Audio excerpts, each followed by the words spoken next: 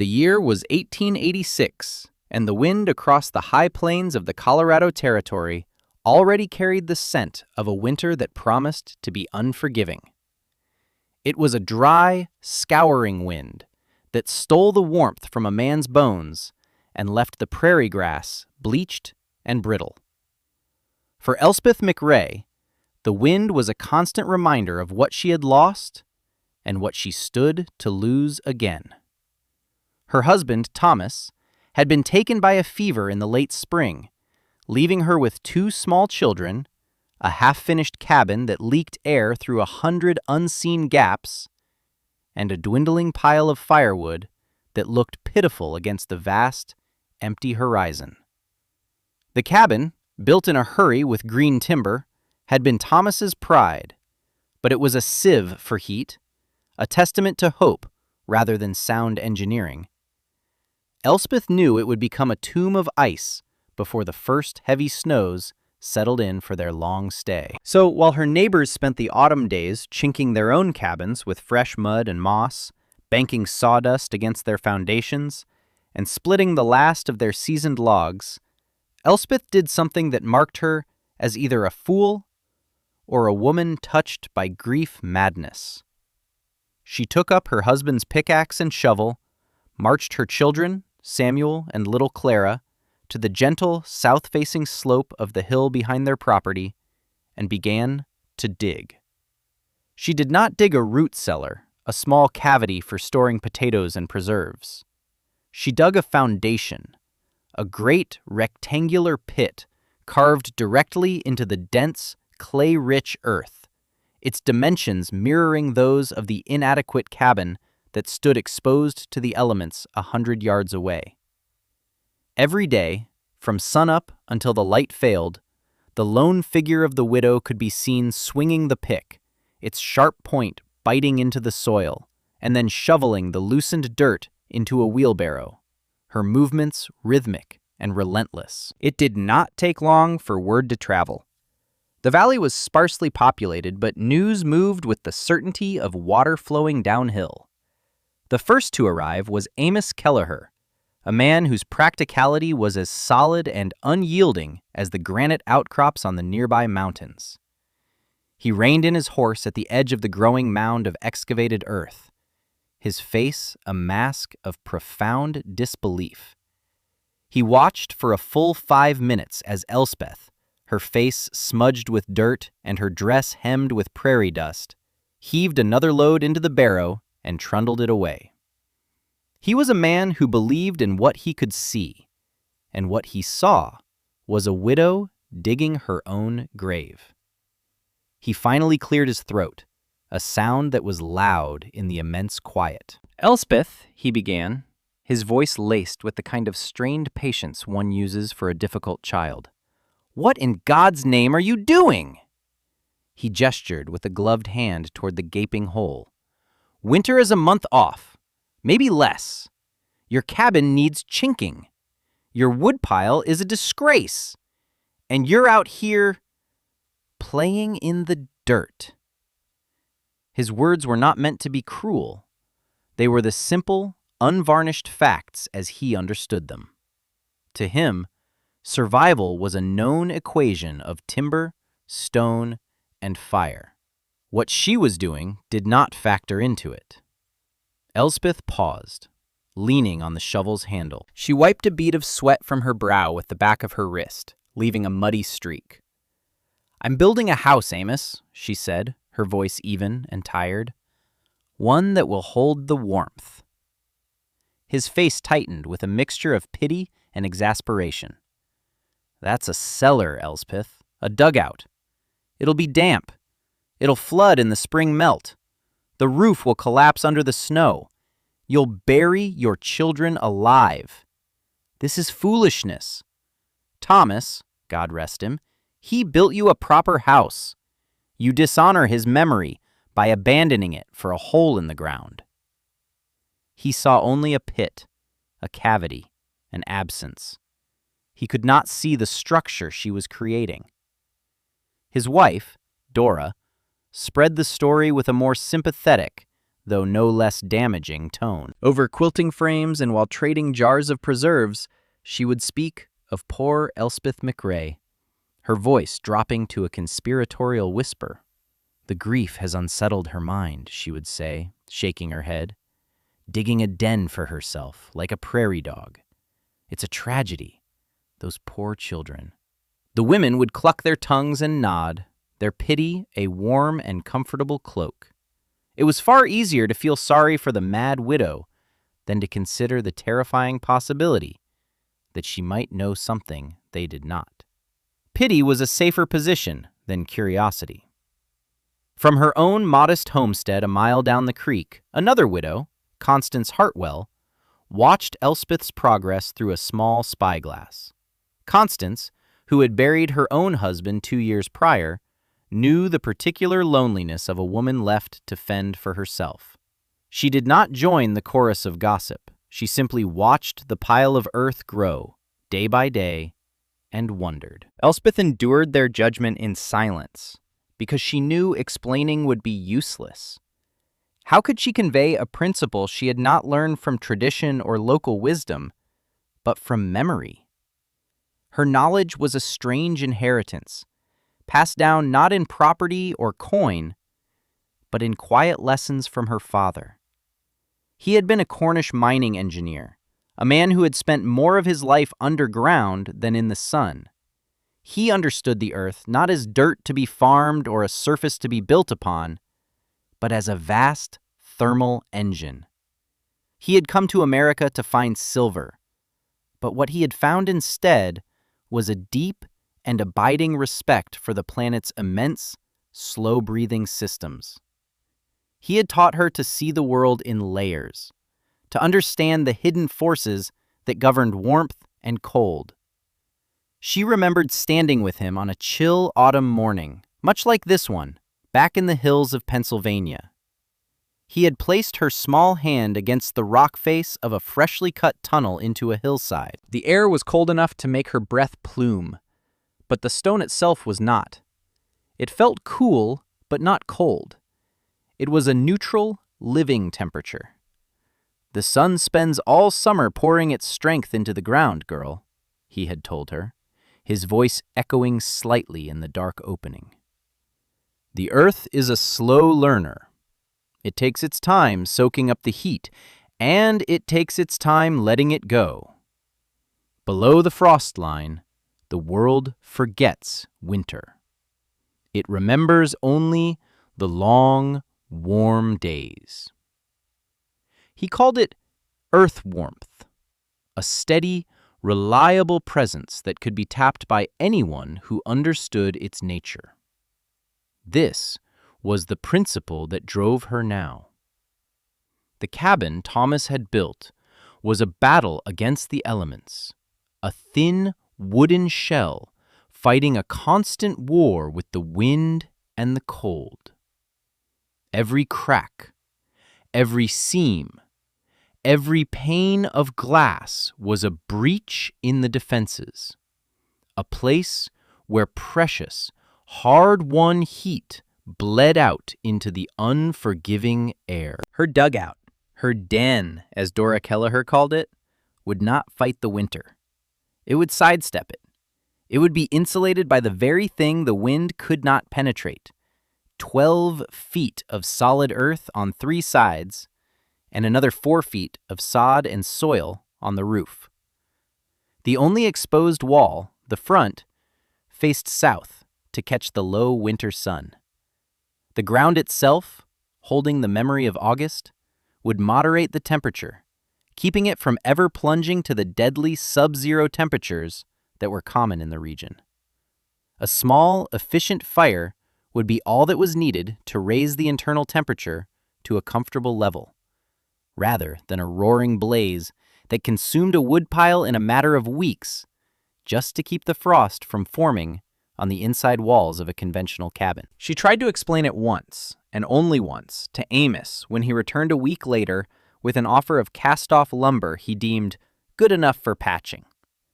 She looked at the warped, splintered boards in his wagon and shook her head. "The earth is the wall, Amos," she said, pointing to the smooth, sheer sides of her excavation. "It holds the summer's heat. This place won't need much patching." He had looked at her as if she had claimed the moon was made of green cheese. "Heat rises, Elspeth," he'd said, the words slow and deliberate, as if explaining a fundamental law to an infant. "Everyone knows that.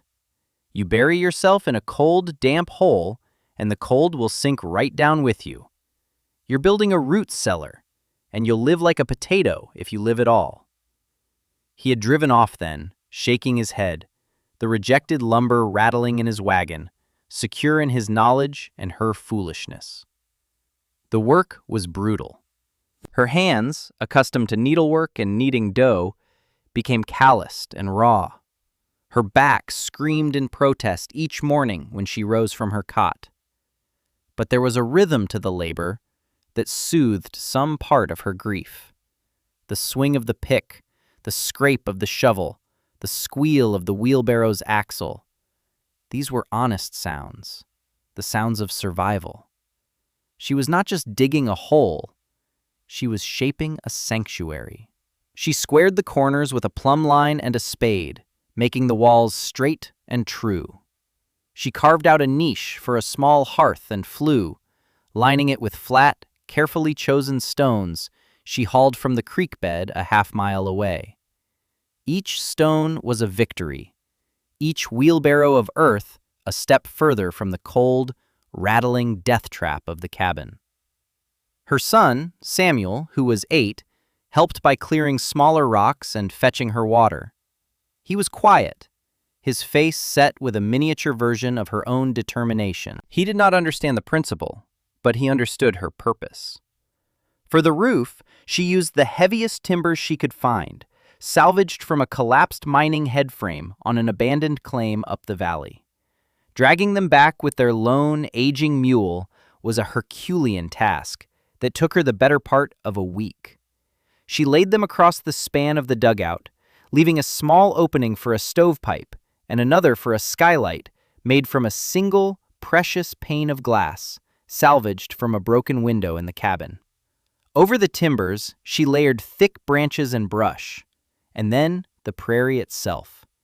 She cut heavy bricks of sod from the plains, the thick mat of buffalo grass roots holding them together like stitches. She laid them grass side down first to create a dense, interlocking barrier, and then a second layer, grass side up, so that in the spring, her roof would bloom. The final layer was the loose earth from the excavation, piled deep and graded to shed water. When she was done, the structure had all but vanished back into the hillside, a low mound with a single wooden door and a stone-lined facade. Inside, the air was still and cool, smelling of damp earth and something ancient. The floor was packed clay, hard as stone, and the walls were smooth and solid. It was a cave, a womb, a fortress. It was dark, but it was not grim. The light from the south-facing door and the small skylight gave it a gentle, steady illumination. She built simple bunks into the earthen walls, lined a space for the milk cow and her few chickens at the far end, partitioned by a simple wooden barrier, knowing their body heat would also contribute to the warmth. She moved her meager possessions from the cabin, the iron stove, the worn rocking chair, the wooden chest of linens, the sacks of flour and beans. The cabin, now empty, seemed to sigh in the wind. Its purpose ended. It was a shell she had shed for a stronger one. The community saw a woman retreating from the world, hiding in the dirt. Elspeth felt as though she was finally standing on solid ground. The first sign of the blizzard came not as a flurry of snow, but as a change in the quality of the light. In mid-November, the sky, which had been a brilliant, hard blue for weeks, took on a milky, yellowish cast. The wind fell away completely, leaving an unnerving silence that made the cawing of a distant raven sound like a gunshot. The air grew heavy, and a deep, penetrating cold began to radiate from the ground itself. Elspeth felt it in her bones. She had seen skies like this before, in stories her father told of the great storms that could bury a house in a single night. She wasted no time. She led the mule and cow into their partitioned space at the back of the dugout, shooed the nervous chickens into their crate, and brought Samuel and Clara inside, barring the heavy, sod-insulated door behind them. As the first flakes of snow began to drift down, thick and wet and silent, she lit a small fire in the hearth. It was not the roaring, hungry fire she had needed in the cabin, but a modest, disciplined flame fed with small, dry pieces of cottonwood. She had watched her father build such fires for tempering steel, fires that produced immense heat with minimal fuel. The principle was the same: control the air, control the burn. The stone hearth drew perfectly, sending a thin ribbon of smoke up the flue. She was not trying to heat the world, only the contained, insulated space around them. The earthen walls, cool to the touch just hours before, began to absorb the gentle heat, creating a stable, radiant warmth that filled the room from all sides. There was no draft from the floor, no cold seeping through the walls. There was only a profound and enveloping stillness. Outside, the world dissolved into a maelstrom. The wind rose to a primal scream, a physical force that battered the landscape. The snow was no longer falling, but flying horizontally, a blinding white torrent that erased the horizon and the sky. In their old cabin, this sound would have been a terrifying symphony of rattling windows, groaning timbers, and the constant shrill whistle of wind finding its way through a dozen cracks. Here, inside the hill, the blizzard was a distant rumor. The wind's howl was muffled to a low moan, a bass note that was felt more than heard. The children, who would have been huddled in blankets, their teeth chattering with cold and fear, were instead playing quietly on a rug before the small, steady fire. The air was warm and still. Elspeth sat in her rocking chair, mending a tear in Samuel's trousers, her movements calm and measured. She had placed her faith in a principle, and now she had to wait, to trust in her labor and her father's wisdom, while the crucible of the storm raged just beyond her door. The blizzard lasted for 3 days. It was a storm of historic proportions, the kind that old men would speak of for generations to come. For Elspeth and her children, the time passed in a strange, peaceful rhythm. They ate their meals of stew and fresh bread baked in the small stove. She told them stories her father had told her, tales of the Tommyknockers in the Cornish mines and the strange geology of the underworld. The cow shifted contentedly in her stall, her warm, milky scent mingling with the smell of wood smoke and baking bread. The chickens clucked softly. The small skylight was soon buried, plunging the room into a twilight gloom, but the oil lamp and the fire provided a cheerful, steady glow. There was no sense of being trapped, only of being sheltered. She had not built a prison, but a sanctuary. It was a pocket of calm, carved from the heart of the storm. On the morning of the 4th day, she awoke to an almost absolute silence. The low moan of the wind was gone. The only sound was the quiet breathing of her children and the soft crackle of the embers in the hearth. She knew the storm had passed. After stoking the fire and milking the cow, she prepared herself for what she would find. She put on her heaviest coat and boots, wrapped a scarf around her face, and approached the door. It took all her strength to push it open. The snow had drifted up against it, heavy and dense. When she finally forced a gap wide enough to slip through, the light that met her was so brilliant It was physically painful. She squeezed her eyes shut, then opened them slowly. The world was gone. In its place was a landscape of impossible, sculptural beauty, a rolling sea of white under a sky of piercing blue. The snow was packed into massive drifts, some taller than the old cabin, whose roof had partially collapsed under the weight. The fence posts had vanished. The entire valley was buried, silent, and still. And the cold. It was a physical blow. It was a clean, pure, absolute cold that seemed to freeze the very air in her lungs. It was a cold that would kill an unprotected person in minutes. She took a breath, and the brutal shock of it in her throat and chest was a revelation. She turned and looked back at the dark opening of her home, where a gentle, stable warmth emanated. A warmth that felt like life itself. In that moment, the contrast between the lethal, beautiful world outside and the secure, living world inside was the only proof she would ever need.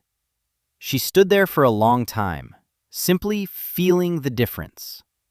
It was more than just warm and cold. It was the difference between a system in violent chaos and one in quiet equilibrium. The cabin had been an extension of the storm, a place where its violence was merely filtered. This home was a negation of the storm. It was a place apart. She thought of her father, of his calloused hands and his quiet voice explaining how the deepest minds were always the same temperature, summer or winter. He had not given her a set of instructions. He had given her a way of seeing. He had taught her to look for the underlying principle, the unseen law that governed the visible world. Watching an outcome is not the same as understanding the principle. Her neighbors had seen 100 winters, but they had never understood the earth beneath their feet. It was 2 more days before she saw another living soul. A figure appeared on the horizon, struggling through the immense drifts, a dark speck in the overwhelming whiteness. As it drew closer, she recognized the exhausted, shambling gait of Amos Kelleher. He was not riding.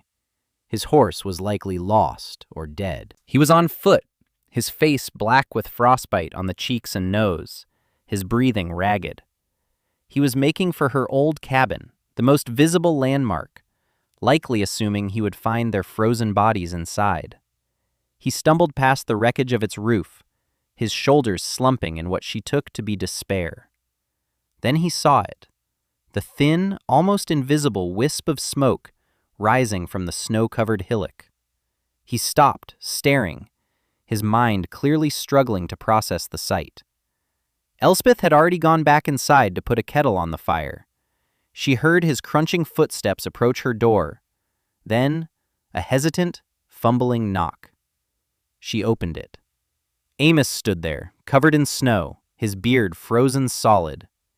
He stared past her into the warm, lamplit interior. He saw Samuel and Clara, their faces rosy and healthy, playing with carved wooden figures on the floor. He saw the gentle steam rising from the kettle on the stove, and he felt it, a wave of steady, breathable warmth that washed over his frozen face. It was not the scorching, dry heat of an overworked stove in a drafty room, but a deep, pervasive warmth that seemed to rise from the floor and radiate from the walls. His eyes, wide with shock and exhaustion, met hers. He did not speak for a long moment. He simply stood on the threshold, leaning against the frame, the brutal, crystalline cold of the outside world at his back, and the impossible, life-giving warmth of hers before him. He opened his mouth, but only a hoarse croak came out. He swallowed, the effort visible. Finally, the words came, plain and unadorned, stripped of all pride and certainty by the sheer, undeniable reality of what he was seeing and feeling. "You were right, Elspeth," he said, his voice raspy. "My God, you were right. We were wrong." He looked at the wreckage of his own certainty, at the failure of everything he thought he knew about survival. And in its place was this warm, quiet room, dug into the earth by a woman he had called a fool. In the weeks that followed, as the valley slowly dug itself out, the story of Elspeth McRae's dugout spread, this time not as a tale of pity, but as one of miracle. Amos's own cabin had survived, but he had lost half his livestock and had nearly burned through his entire winter's supply of wood just to keep from freezing. Others had fared worse. The Kelleher's admission, repeated plainly and without excuse, gave the story a weight it would not have otherwise had. People came. At first, they came out of curiosity, trudging through the snow to stare at the low, unassuming mound in the hillside. They would peer inside, their faces filled with the same awe that had been on Amos's. They felt the warmth, a tangible, irrefutable fact. They saw the healthy children, the contented cow. They saw that Elspeth had not merely survived the blizzard, she had been comfortable. Constance Hartwell was the first to ask for help. Not for herself, but for her son, who was planning to build a home on a new plot of land come spring. She arrived with a freshly baked apple pie, a peace offering, and a sign of respect. "Elspeth," she said, sitting at the small wooden table inside the dugout, "I would be honored if you would show my boy where to site his house. You see things we don't." Elspeth, in turn, shared what she knew freely. She did not hoard her knowledge or gloat in her vindication. She explained the importance of the south-facing slope, the necessity of digging below the frost line, the method of laying the sod roof to create a living, insulating barrier. She spoke of her father and his understanding of the earth's slow, steady heat. She gave them the principle, not just a plan. That spring, and for many springs after, the sound of pick and shovel striking earth became common in the valley. The settlers, a people humbled by the great blizzard, began to incorporate Elspeth's ideas. They built homes into hillsides, structures that were a hybrid of log cabin and earthen dugout, warmer in winter and cooler in the blistering heat of summer. They became known as soddies, or earth lodges, and they were a testament to a hard-won lesson, that true wisdom often lies not in fighting nature, but in understanding it. Elspeth McRae's home stood for more than 70 years. Her children grew up within its warm earthen walls, and her grandchildren played on its grass-covered roof in the summer. It became a landmark, a quiet monument not to a person, but to a principle, a reminder that the most profound solutions are sometimes found not by building higher, but by digging deeper.